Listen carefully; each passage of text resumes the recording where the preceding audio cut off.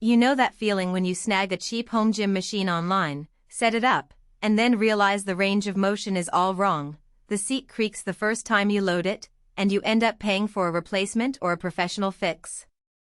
I've been there, and that regret is why I always double-check whether the next piece of equipment actually earns the extra bucks.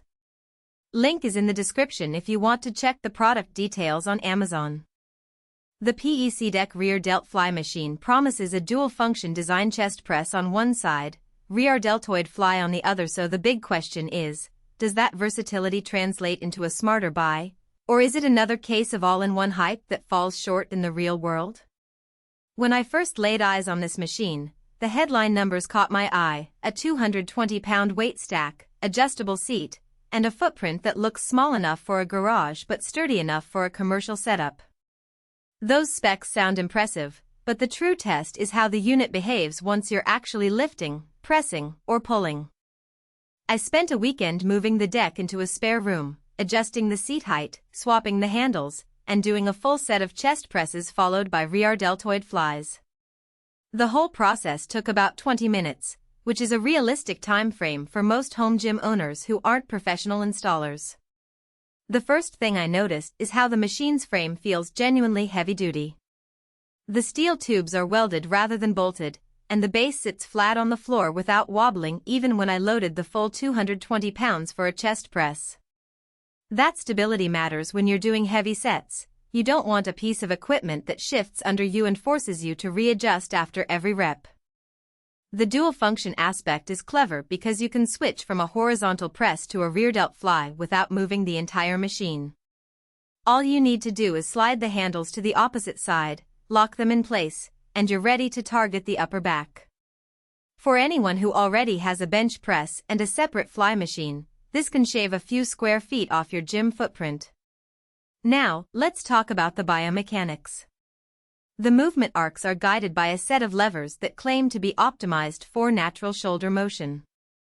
In practice, the range feels smoother than a typical plate-loaded fly. When I did the rear deltoid fly, the handles moved in a semicircular path that kept my elbows slightly bent, reducing joint strain. That's a practical benefit for users who have shoulder issues or who are looking for a safer way to isolate the rear delts without risking impingement. However, the machine does have a fixed pivot point, so it isn't as customizable as a free-weight cable system that lets you set the height of each pulley. If you're a lifter who thrives on tweaking angles minute by minute, you might feel a bit constrained. The adjustable seat is another spot where the design shows thoughtfulness.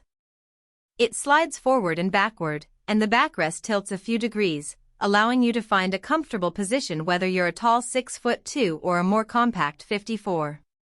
The adjustment knobs are large enough to turn with gloves on, which is a small detail that matters when you're already sweaty. That said, the seat cushion is thin. It's fine for short sets, but if you're planning long, heavy sets or multiple supersets back-to-back, the lack of padding can become uncomfortable.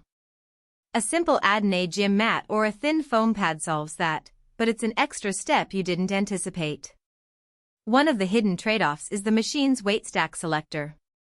The plates are precision counterweighted, and the pins click into place with a satisfying thunk. The issue I ran into is that the pins are spaced in 10-pound increments. For beginners, that's perfect. You can dial in modest resistance and progress gradually. For seasoned lifters who like fine-tuned jumps of 5 pounds, the jumps feel a bit coarse. You can work around this by adding extra resistance bands, which slot onto the stack side, but that adds another piece of equipment to manage.